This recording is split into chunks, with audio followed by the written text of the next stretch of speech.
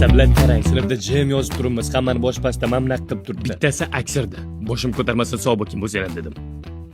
Hamma yoshdan to'xtab, sinf muzlab ketdi. Shunda boshim ko'tarsam ustoz aksirgan ekan. Menga qarab turibdi. Rahmat kim bo'lsin ham deydi.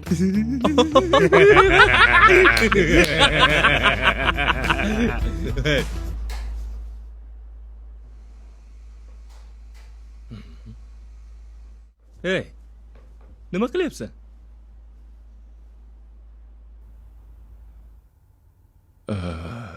Kulguli narsa aytding. Kulyapman. Ovoz chiqarib kulmaydimi? Kulaver bemalol. Kulyapman-ku. Xo'p. Xullas, maktabda ingliz tili darsiga umuman kirmasdim. Ustozim kim shu bolani darsimga olib kirsa, bahosini 5 qo'yib beraman degandi. 10 tasini doshim ushlab oldi. Ikkinchi etadan tushish kerak. Shunaqa qarshilik qilyapman, tashlavordi. 2 hafta maktab bormadim.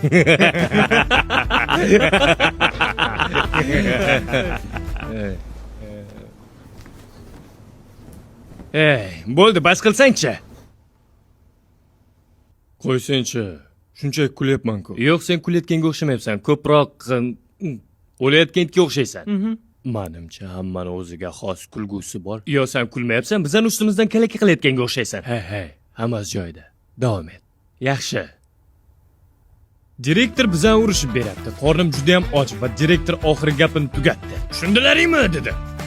Birdan ichim g'ildirab yubordi. Shu paytda hamma kulib yubordi.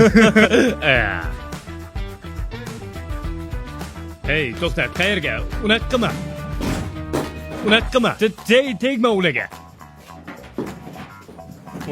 O'zing yig'ishtirasan. Yaxki, bo'ldi. Bo'ldi. Kulgu tamom. Bo'ldi. Tugat. To'xta. Hey, menga qara. Jinnilik qilmasdan shunchaki kulsang bo'ldi. Balki sen meni yaxshi kuldira olmayotgandirsan. To'g'ri, bolalar uni ham to'g'ri tushunish kerak. Xullas bo'lmasa eshit. Qornida kokain olib ketayotgan qora tanli insonni nima deb atash mumkin? Bounty.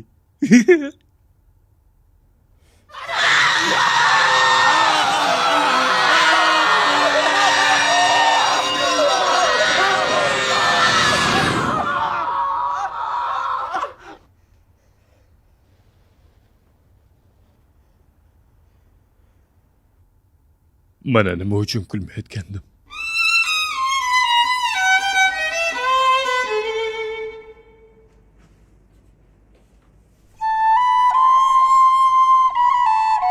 Yaxshi qolinglar.